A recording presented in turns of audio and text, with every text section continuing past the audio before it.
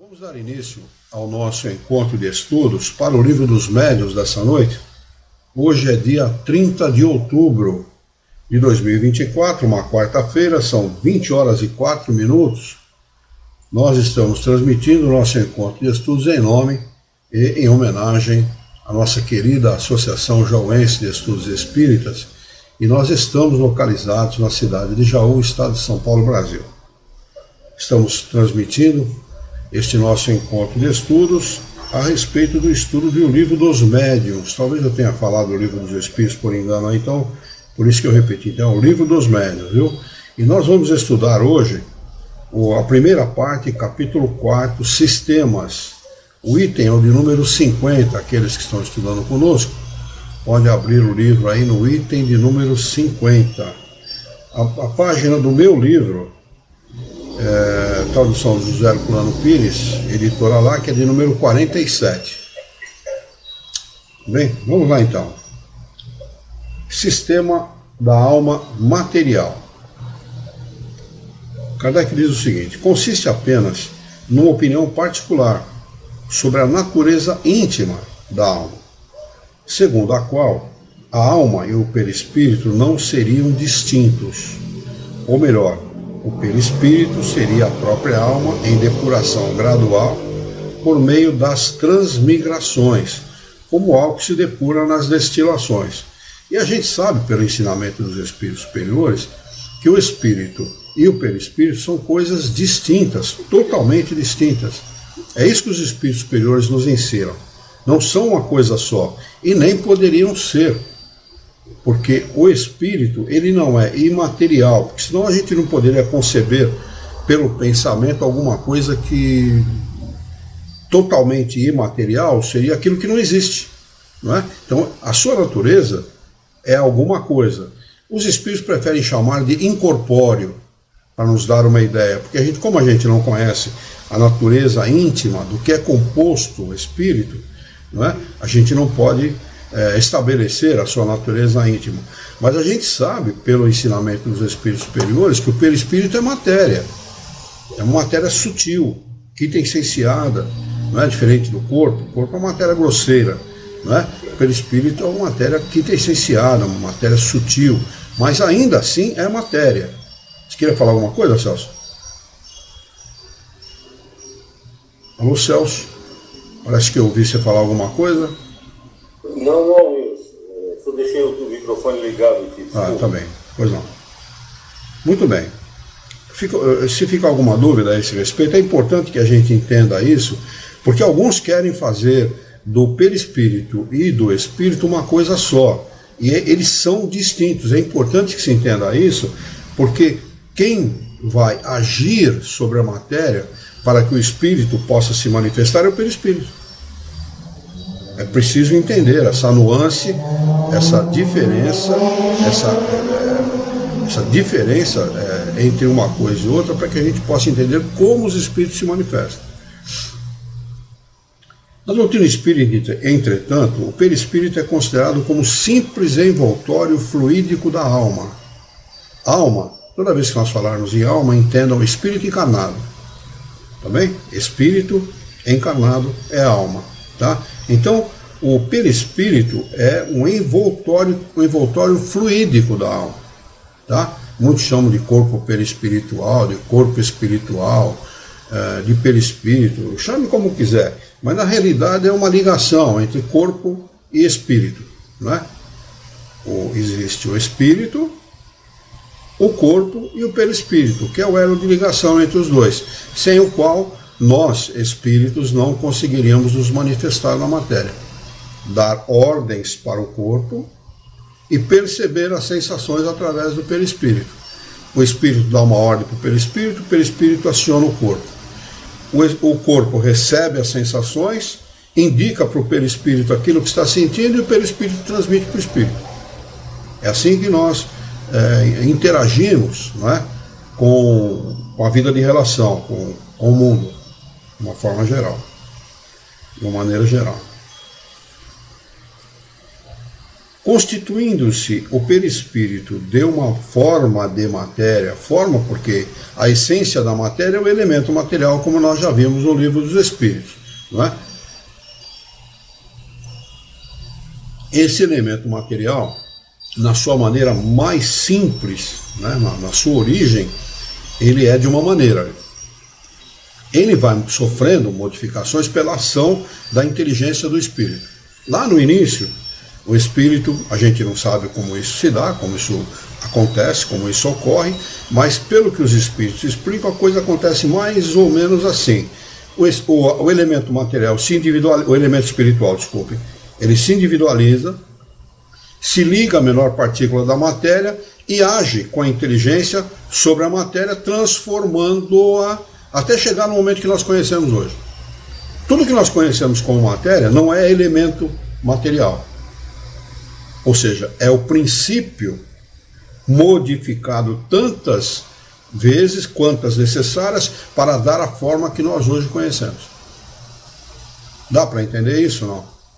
É difícil de entender? Não. Se tiver alguma dificuldade, questione, a gente explica novamente, que é para isso ficar claro para as pessoas poderem entender. A Evelise Fontana Padilha. Oi, Evelise, como vai você? Prazer ter você conosco, viu? Obrigado pela sua presença. Depois você fala para mim como é que está o papai. Tudo bem? Obrigado por estar conosco aqui. Eu me lembro bem de você, do seu caso. Vamos lá.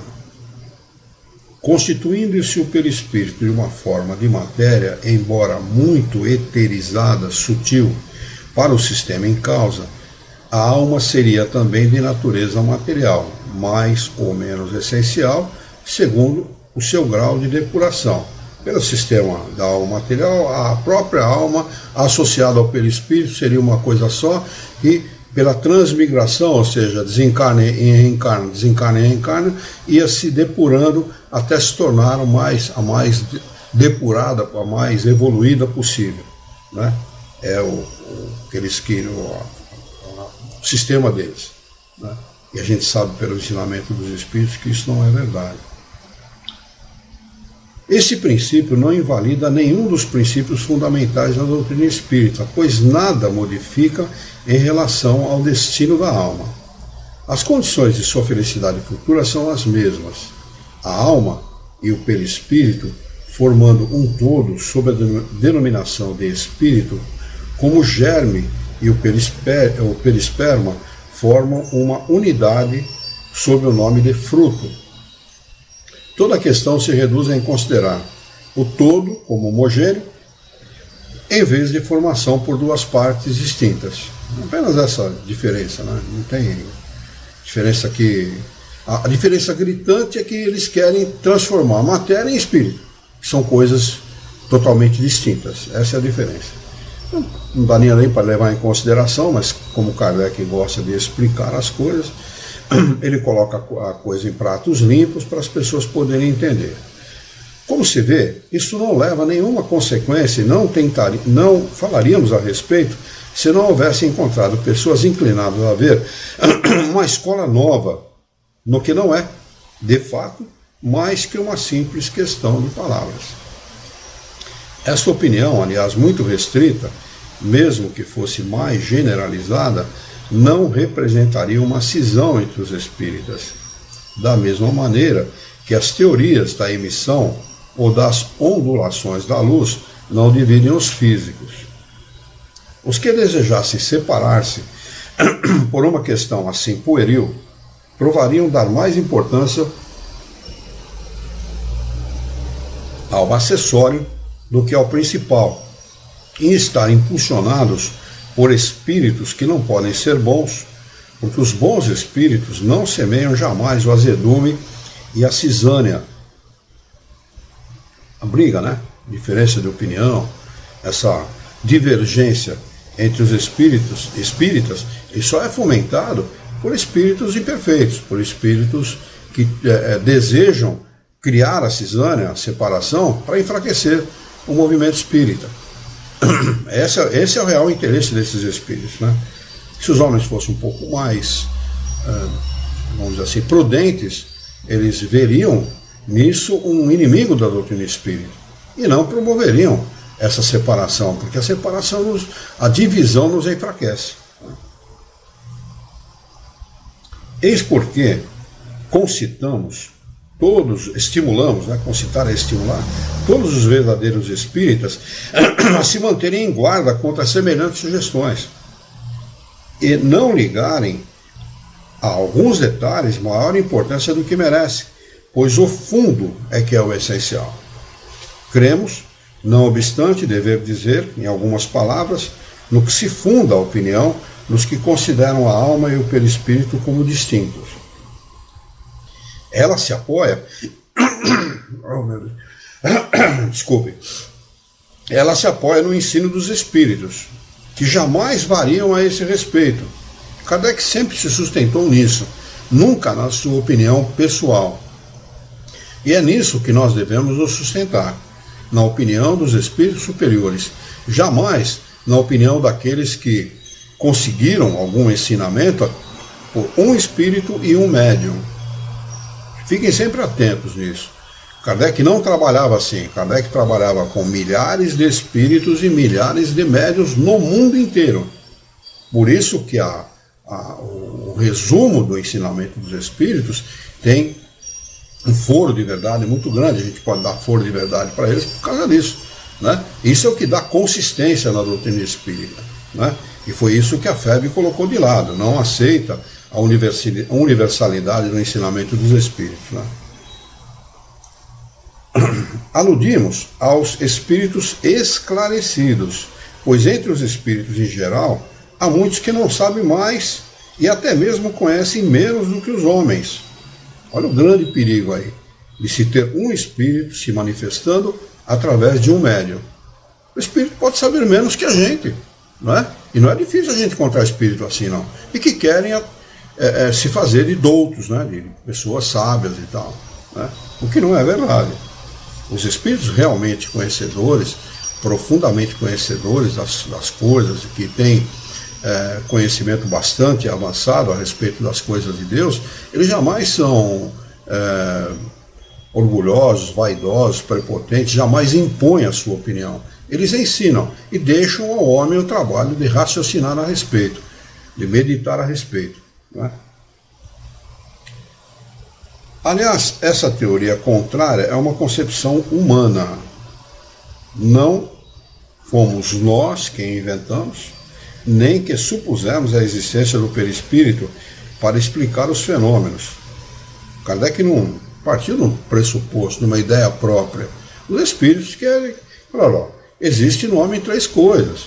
Vocês têm o espírito, o corpo e o perispírito, que liga o corpo ao espírito. O elo de ligação entre eles, não é?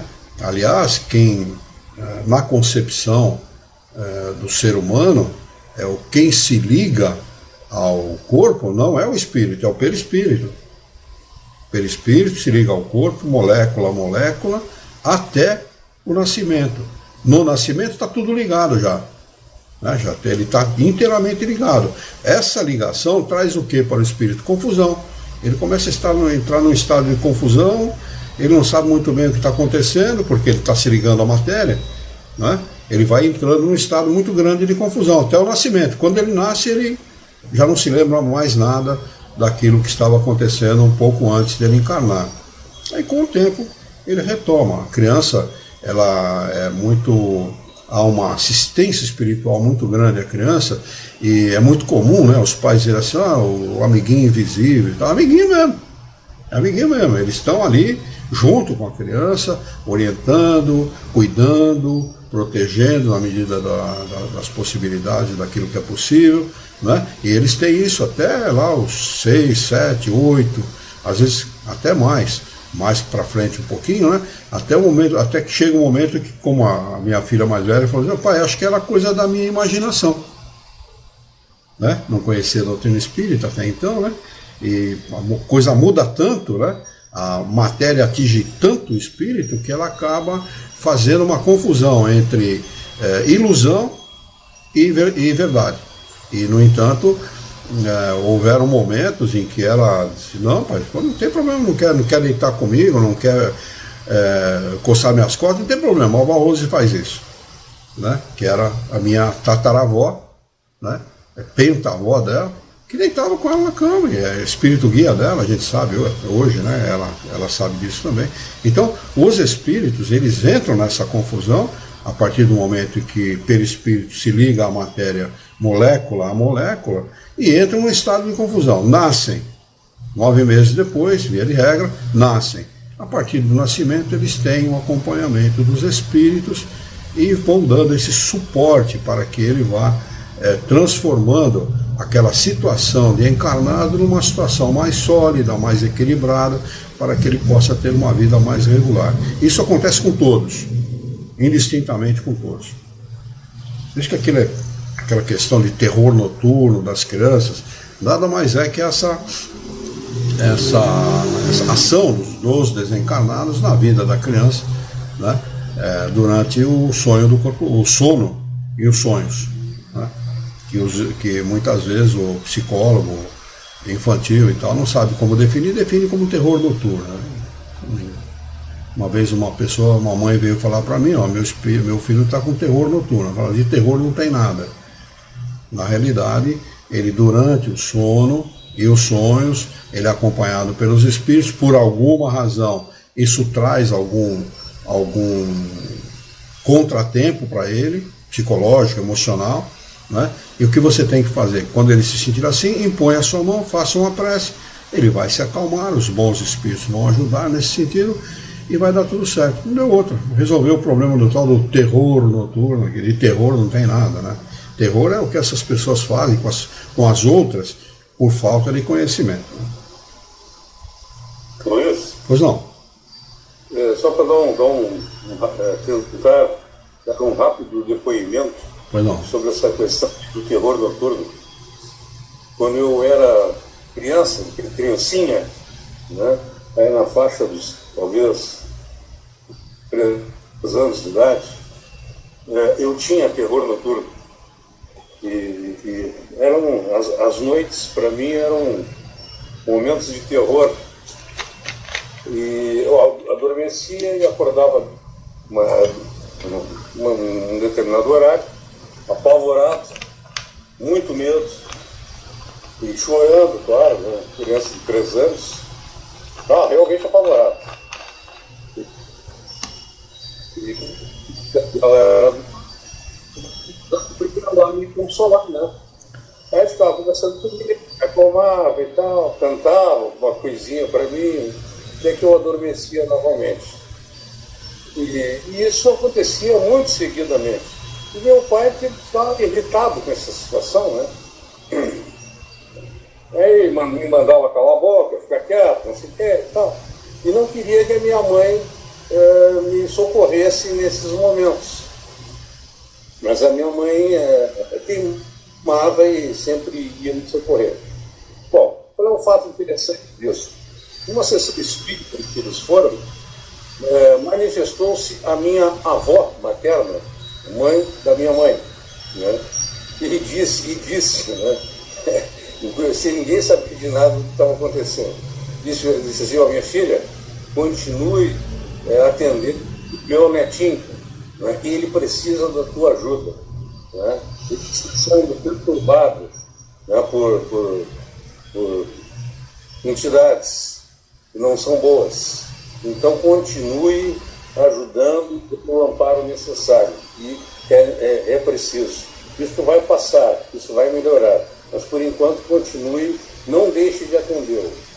Aí então a minha mãe, que já atendia mesmo, aí nunca mais deixou de me atender. E de fato, em pouco tempo, aquela situação de terror noturno desapareceu.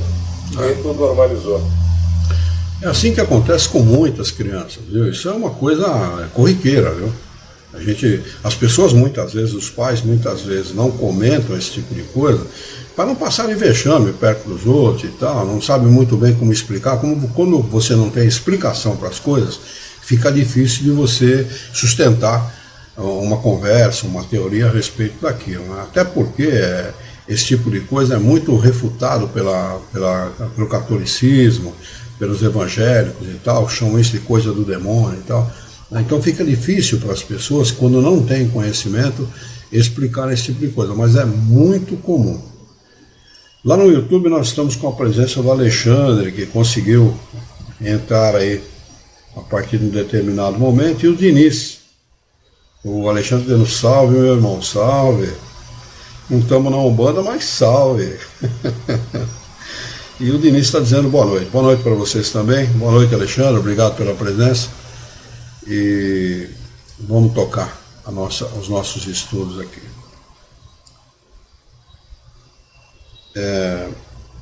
Ele diz assim: cremos, não obstante, dizer em algumas palavras, no que se funda a opinião dos que consideram a alma e o perispírito como distintos. Ela se apoia no ensino dos espíritos, que jamais variaram a esse respeito. Aludimos aos espíritos esclarecidos, pois entre os espíritos em geral há muitos que não sabem mais do que e até mesmo conhecem menos do que os homens. Aliás, essa teoria contrária é uma concepção humana.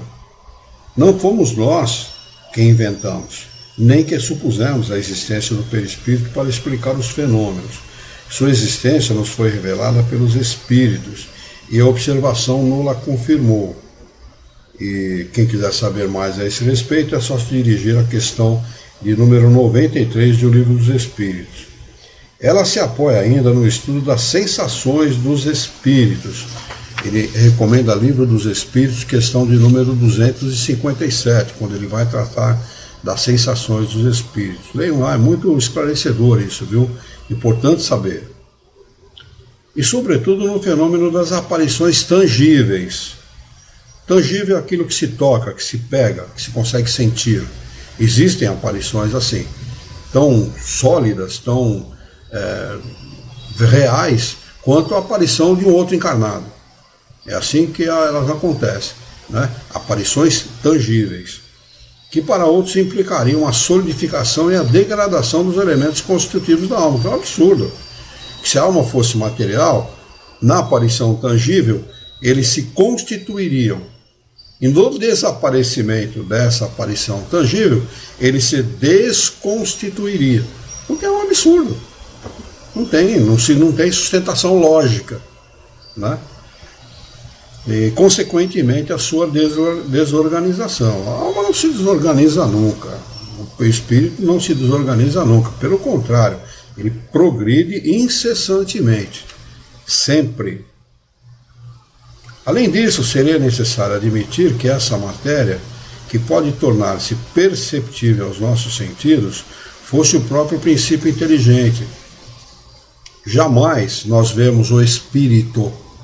Quando nós vemos sempre o perispírito, nunca o espírito. Nós não temos condição para isso. Nós só vamos ter condição de perceber um outro espírito desencarnado, e a partir de um determinado grau de progresso, a partir de uma determinada situação evolutiva, né? Ele diz aqui que não é mais racional do que confundir o corpo com a alma, ou a roupa com o corpo. Quanto à natureza íntima da alma, nada sabemos. Não sabemos mesmo. Se alguém falar alguma coisa a esse respeito, é pura especulação.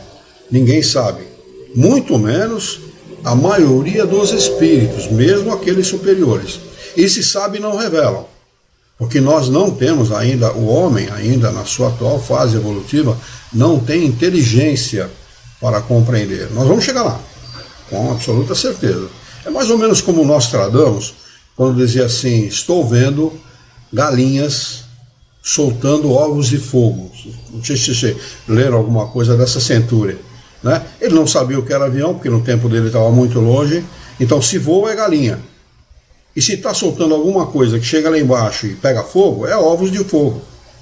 Galinha solta ovos, né? Ele via lá o avião e viu o avião soltando bomba. Mas ele não tinha como fazer uma associação de ideias. Não é? Não tem termos de comparação no tempo dele. É isso que nós não temos hoje. Termos de comparação para entender a natureza íntima do espírito.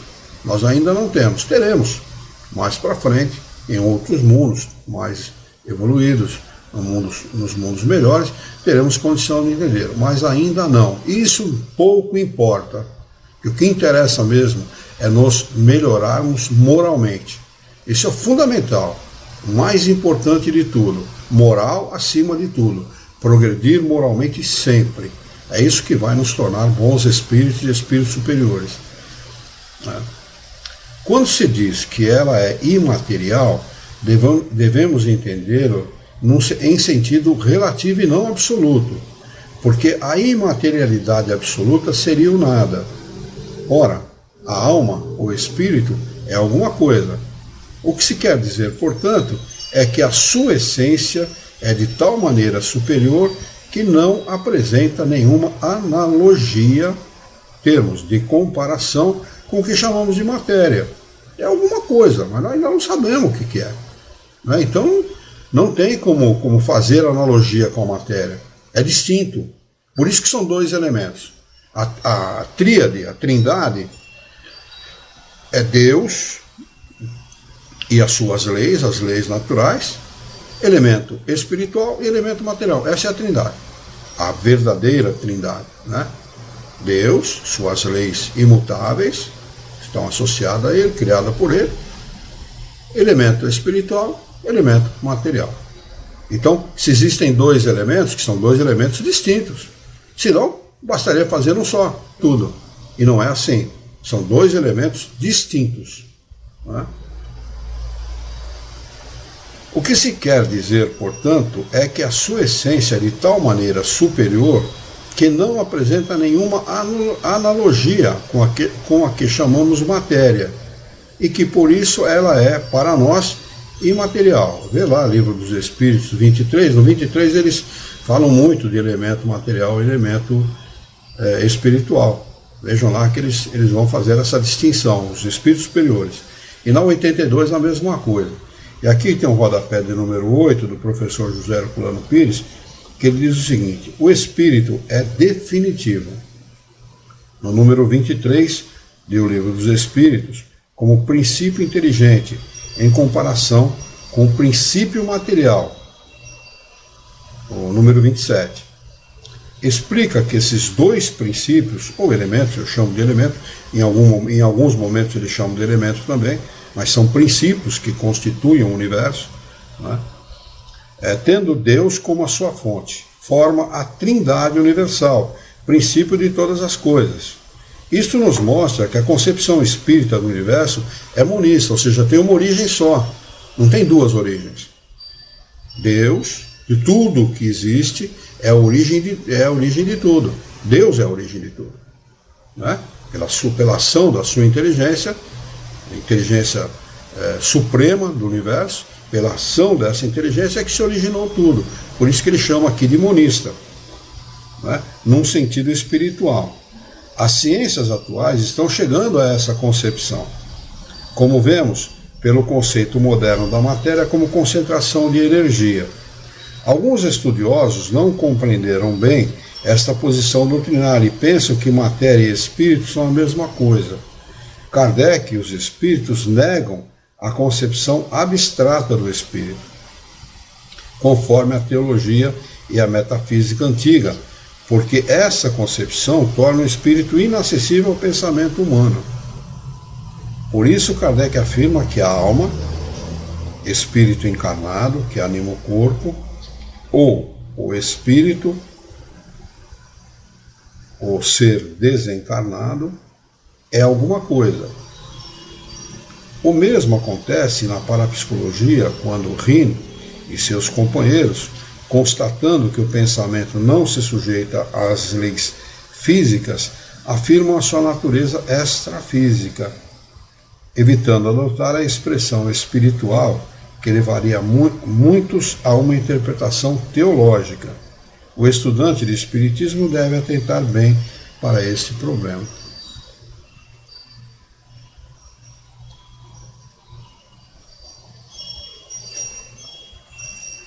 Aqui no 51 diz assim: eis a resposta de um espírito a respeito do assunto. E essa resposta está assinada por Lamennais. Ele diz assim, abre aspas: Os que chamam perispírito, o que uns chamam perispírito, é o mesmo que outros chamam de envoltório fluídico, ou corpo espiritual, segundo São Paulo. Paulo fala em corpo espiritual. Lá na Bíblia, nos Evangelhos. Né? Eu diria, para me fazer compreender de maneira mais lógica, que esse fluido é a perfectibilidade dos sentidos, a extensão da vista e do pensamento, mas me refiro aos espíritos elevados. Quanto aos espíritos inferiores, vamos chamar de imperfeito aqui, que seria o mais certo, né? Estão ainda completamente impregnados de fluidos terrenos, estão sobre a ação da matéria, espíritos materializados.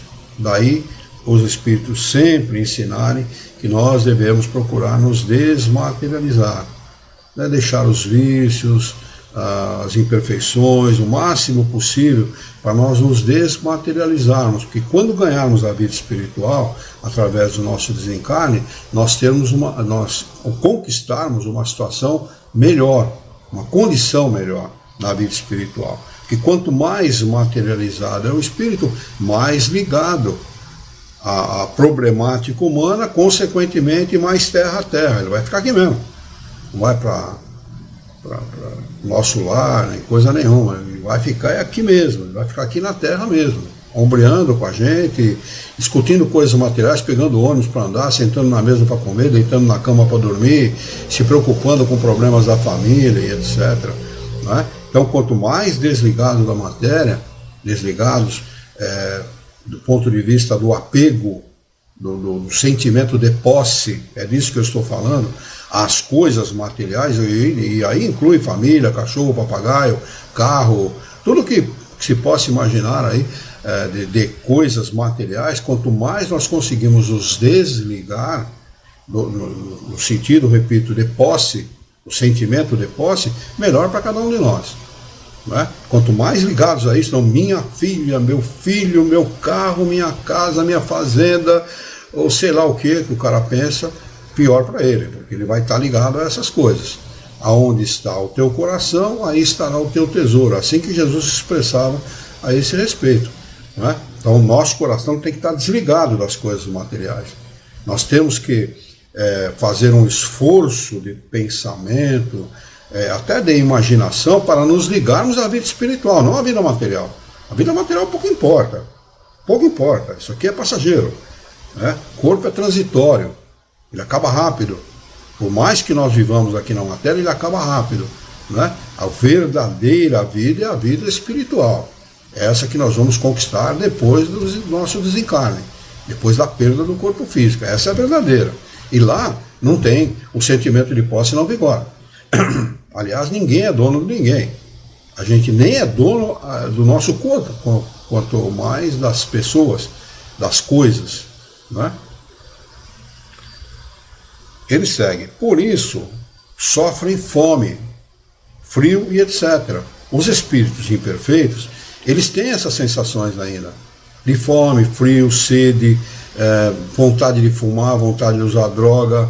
Enfim, todas as sensações humanas, o espírito pode dizer assim, eu estou sentindo fome. Ele pode sentir fome? Pode ser alguma. Ele não tem corpo, quem sente fome é o corpo. Então ele não está com fome, ele está com a sensação que ele herdou do seu corpo físico, porque ele ainda está materializado, ou seja, ligado àquelas sensações materiais. Daí, eu repito, a grande importância de nós nos desligarmos o máximo possível. Não é? Quanto mais desligados, melhor. Cada um faz isso à sua maneira. O espírito progride conforme ele sabe e pode. É assim que nós progredimos. Não adianta a gente querer que todo mundo faça da maneira que a gente entende, porque cada um entende a sua maneira, cada um entende segundo os seus princípios, a sua maneira de pensar, de ser e de ver as coisas. Não é? Então cada um vê de uma forma diferente. Mas o importante, em geral, e todos podem fazer isso, é nos desligarmos dos sentimentos que nos ligam às coisas materiais.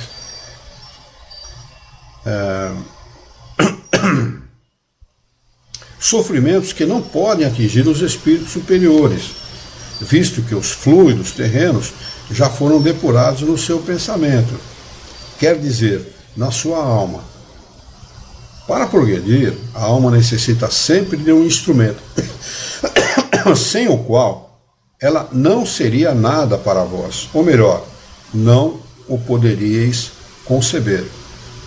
O perispírito para nós, espíritos errantes, e aqui vale a pena repetir, espírito errante é aquele que está sem corpo físico aguardando uma nova encarnação. Bem, isso que é um espírito errante.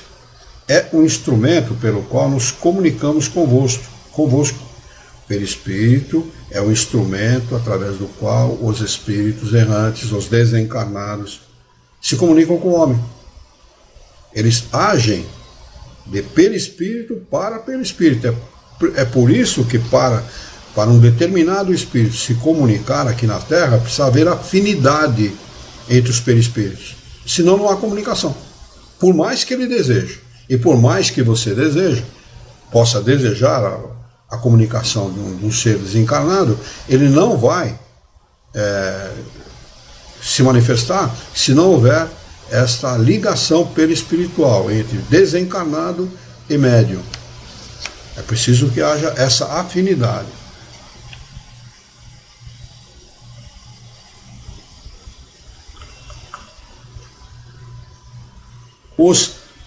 O perispírito, para nós, espíritos errantes, é o instrumento pelo qual nos comunicamos convosco, seja indiretamente, por meio do vosso corpo, ou do vosso perispírito, seja diretamente com a vossa alma, pelo pensamento.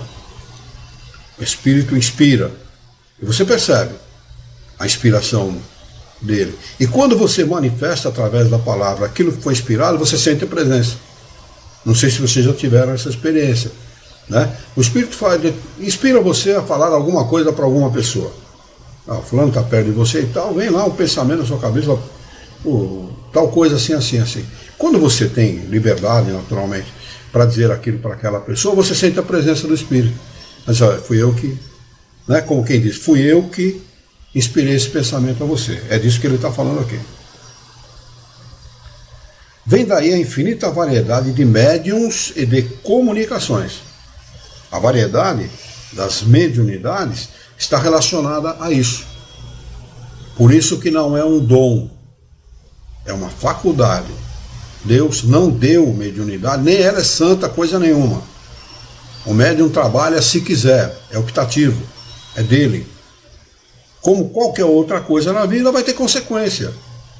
É como fazer o bem. Você pode fazer o bem, pode fazer o mal. Não, eu estou tentando fazer o mal, acabou. Meu livre-arbítrio, vou fazer o mal, acabou. Fim de conversa. E como você pode fazer o bem? Não, eu decido fazer o bem.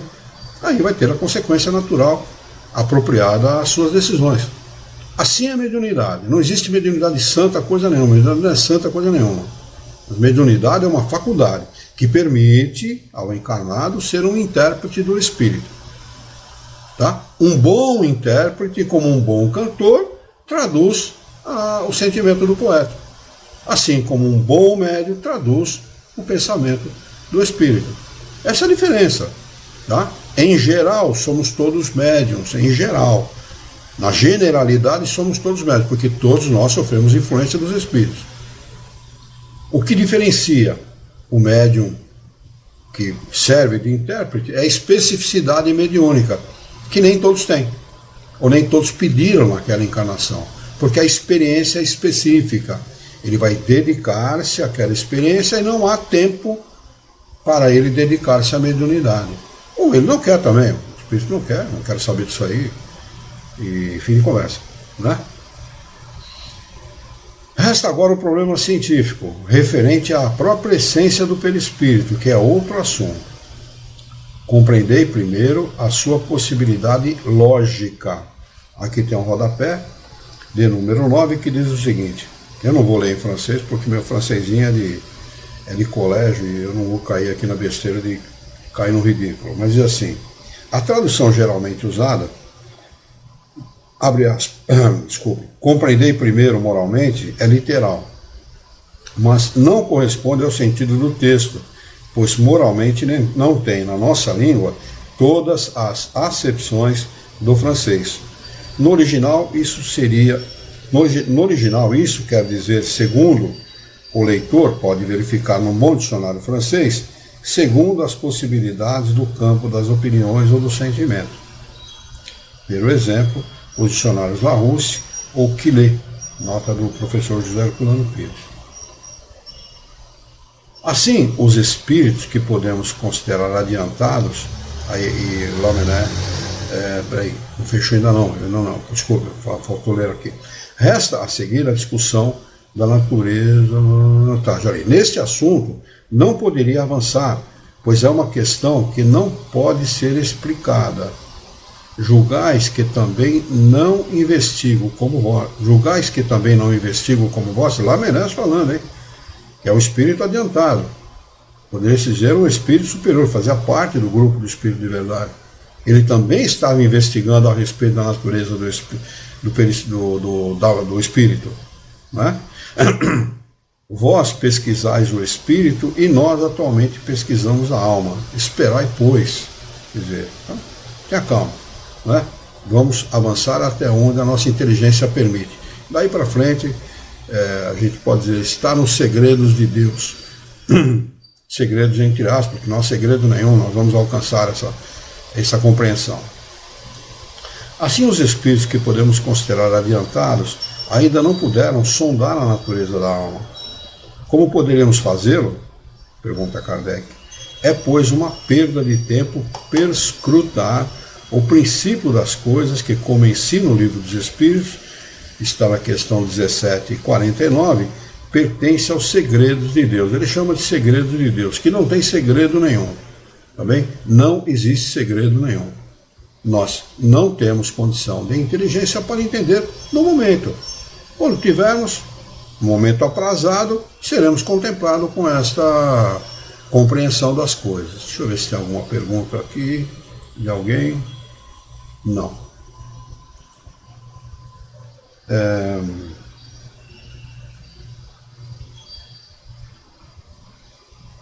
Tá. Pretender descobrir, por meio do Espiritismo, o que ainda não é do alcance da humanidade, seria desviá-lo do seu verdadeiro objetivo. Fazer como a criança que quisesse saber tanto quanto o velho. O essencial é que o homem aplique o Espiritismo no seu aperfeiçoamento moral. E não podia ser de outra forma, porque senão os não espíritas iam progredir como? Não tem outro sentido. Então, o que interessa realmente é bondade, é a caridade, fazer o bem ao próximo, ser probo, trabalhador, honesto, digno, enfim, progredir moralmente.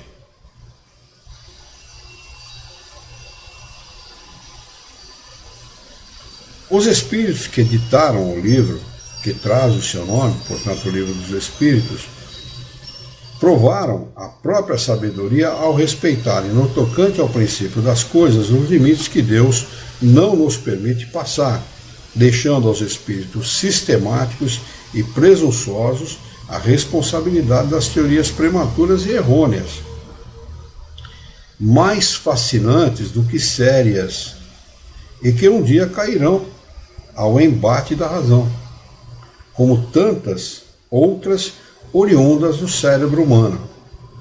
Só disseram o justamente necessário para que o homem compreenda o seu futuro e assim encorajá-lo à prática do bem. Tem um rodapé de número 10 que eu acabei não lendo, né? Passou batido, mas vamos lê-lo agora.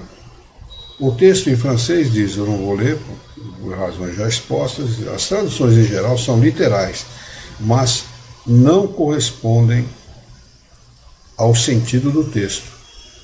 Le pensée, no caso, quer dizer inteligência, segundo a proposição cartesiana, Descartes, vigente na época. O pensamento é um atributo essencial do espírito, e a extensão é o da matéria. Consulte-se o verbete penser num bom dicionário francês. Dizer hoje, particularmente em português, que a alma é o pensamento equivale a deixar o leitor numa dúvida quanto ao sentido da frase e quanto ao significado da palavra pensamento no Espiritismo, onde a alma, como o espírito, são o princípio inteligente e, portanto, a inteligência em sentido lato, literal, né? Origem do pensamento. Vamos lá. Nós vamos agora passar para a segunda parte das manifestações espíritas. Ficou alguma dúvida aí a respeito daquilo que a gente estudou até agora? Se houver alguma dúvida, por favor, façam as suas perguntas antes da gente passar para esse próximo capítulo. É o capítulo 1, segunda parte, capítulo 1 da segunda parte.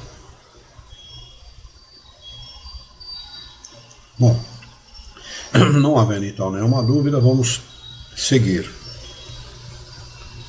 Segunda parte das manifestações espíritas, capítulo 1, ação dos espíritos sobre a matéria. Excluída a interpretação materialista, ao mesmo tempo rejeitada pela razão e pelos fatos, resta apenas saber se a alma, após a morte, pode manifestar-se aos vivos. Assim reduzida à sua mais simples expressão, torna-se a questão bastante fácil. Poderemos perguntar primeiro, por que motivo os seres inteligentes, que de alguma maneira vivem entre nós, embora naturalmente invisíveis, não poderiam demonstrar-nos a sua presença por algum meio? O simples raciocínio mostra que isto nada tem de impossível, o que já é alguma coisa. Essa crença, aliás, tem a seu favor a aceitação de todos os povos. E quando ele fala todos os povos, é todos os povos mesmo. É só procurar na história de todos os povos que você vai encontrar lá, de alguma forma, relatada a manifestação dos espíritos. O que nós chamamos de manifestação dos espíritos. Eles chamam de outros nomes, não importa. Mesmo na Bíblia, tá bem? Vocês vão encontrar relatos a esse respeito. Pois a encontramos em toda parte, em todas as épocas mesmo, desde as mais remotas, quando o homem começa lá, através de símbolos, né, com uniformes e tal, escrever alguma coisa, relatar alguma coisa, eles relatam isso. Ora, uma intuição não poderia ser tão generalizada, nem sobreviver através dos tempos, sem ter alguma razão. Ela é ainda sancionada pelo testemunho dos livros sagrados e dos pais da Igreja. E foi necessário o ceticismo, a descrença e o materialismo do nosso século, ele está falando do século dele, e a gente pode dizer que ainda é verdade isso, para relegá-la ao campo das superstições. Se estamos, pois, em erro, essas autoridades também estão. Mas estas são apenas considerações lógicas. Uma causa, acima de tudo, e contribui para fortalecer a dúvida, numa época tão positiva como a nossa, em que tudo se quer conhecer, onde se quer saber, o porquê e o como de todas as coisas. Esse é o nosso propósito, descobrir o como e o porquê. Todo mundo quer saber isso, e é preciso saber isso mesmo. O homem é um ser inteligente e, por consequência, lógico, ele deduz pela razão, não é? Então é preciso saber o como e o porquê das coisas. A ignorância da natureza dos espíritos, dos meios pelos quais podem manifestar-se. Conquistando esse conhecimento, o fato das manifestações nada apresenta de surpreendente e entra na ordem dos fatos naturais. E é um fato natural. Os espíritos se manifestam mesmo. Eu não vou perguntar para você se você quer que ele se manifeste. Simplesmente eles vão se manifestar. Por alguma razão, de alguma maneira, eles têm que chamar sua atenção para alguma coisa que está acontecendo. Esse é o propósito. Ou o que está acontecendo na sua casa, o que está acontecendo no seu trabalho, ou o que está acontecendo com você. Você tem que despertar para aquela realidade. Como é que os espíritos por exemplo, o seu espírito guia vai fazer para que você se desperte para a realidade espiritual, chamando a sua atenção para as coisas espirituais, fazendo com que os espíritos se manifestem. Aí você vai ou acorda, não tem outro jeito. E você vai procurar as respostas. E procurando as respostas, como diziam os antigos, quem procura, acha. E a gente vai buscar, nessas respostas, as verdades espirituais. Porque, em última análise, nós não somos seres materiais. Nós somos seres espirituais. Uma boa parte da humanidade está dormindo para essa realidade. Literalmente dormindo. Considera a vida como o valor, como é considerado o valor do dinheiro. Isso é mais se tem mais. E não vale nada se não tem nada. Como se ele fosse nada. Não é? Como se ele não fosse alguma coisa. E o mais importante de tudo é o espírito. E não o dinheiro, a matéria. Não é? Tem gente que chega ao absurdo de dizer que tempo é dinheiro. Tempo nunca foi dinheiro e nunca vai ser dinheiro. Tempo é tempo e dinheiro é dinheiro. Não é? É que alguns são tão, como diz o baiano, tão avechados por dinheiro, que correm de tal forma atrás que ele só tem tempo para aquilo. Não é? Eu vejo entrevistas de pessoas que moram nos Estados Unidos, e esse sujeito chama Júnior Pena. Quem quiser pesquisar, ele tem vários videozinhos entrevistando pessoas lá nos Estados Unidos. O que a pessoa faz, o que ela deixa de fazer, como é que ela chegou lá, quanto ela está ganhando, enfim, coisas do gênero. E ele pergunta para você o que é mais importante. Invariavelmente responde uma coisa: dólar. Invariavelmente. É difícil você... Tem alguns, eu até vi um garoto, menino, 19, 20 anos, um jovenzinho, que ele trabalhava produzindo carvão, né? Foi para os Estados Unidos e lá ele trabalha na construção civil, que é um trabalho pesado, mas para quem trabalhava no carvão, trabalhar na construção civil lá é moleza, é empurrar bêbado de ladeira, né? E ele falou: e aqui eu estou conquistando tudo o que eu queria, e estou mandando dinheiro para São Paulo, para minha família. Eu pago o aluguel da minha mãe, eu mando dinheiro para o meu pai, eu comprei um iPhone, eu comprei um carrinho para mim aqui já e tal, pago meu aluguel, pago minha comida. E cada coisa que ele falava: graças a Deus, graças a Deus. Você vê que é gente que tinha a presença de Deus dentro dele, né? E era uma pessoa simples, humilde até. Num momento ele falou assim: apesar da dificuldade. Vocês imaginam falta de conhecimento, de educação formal da pessoa, né? Mas é uma pessoa que tem dentro dele aquela formação da presença de Deus na vida dele, porque ele repetia, não é muito incomum entre os brasileiros, coisa que não é comum entre o norte-americano, de falar de Deus, né? Não são todos, mas uma boa parte deles nem muitas vezes considera a existência do Criador, né?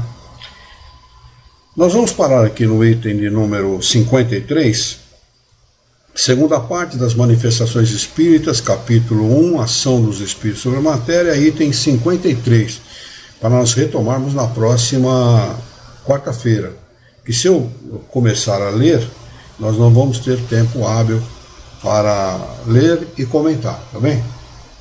Então anotem aí, por favor, item de número 53 desse capítulo, para nós retomarmos na próxima quarta-feira.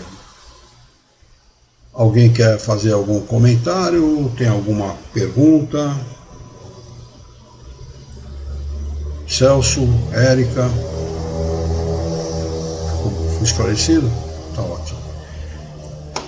Então vamos lá, vamos fazer a nossa prece. Convido a todos os companheiros, amigos da nossa querida doutrina espírita, a nós esquecermos os nossos encontros e desencontros desse dia, para unirmos o nosso pensamento e mentalizarmos a figura excelsa e amiga do nosso querido Mestre Jesus, nosso modelo e guia de toda a humanidade, e juntos com Jesus nos dirigirmos ao Criador, ao Senhor da vida, fonte inesgotável de paz, de amor, de bondade, de misericórdia e justiça, para agradecê-lo muito pela oportunidade de aqui estarmos reunidos em seu nome, para discutirmos as questões propostas pelo livro dos médiuns desta noite. Queira o vosso amor, que tenhamos bom ânimo, coragem, determinação, ideias renovadas, alegria de viver e muito entusiasmo, para que nós possamos trabalhar e sermos úteis à sociedade em que vivemos, e desta forma dignificar a vida. Dá-nos ainda, Senhor, a força de orientarmos o pensamento e a própria existência por um profundo e sincero respeito pelo nosso próximo. Em Teu nome, em nome de Jesus, em nome dos bons espíritos, em nome do nosso diretor espiritual e de sua equipe, nós declaramos encerrado o nosso encontro de estudos dessa noite. E que assim seja.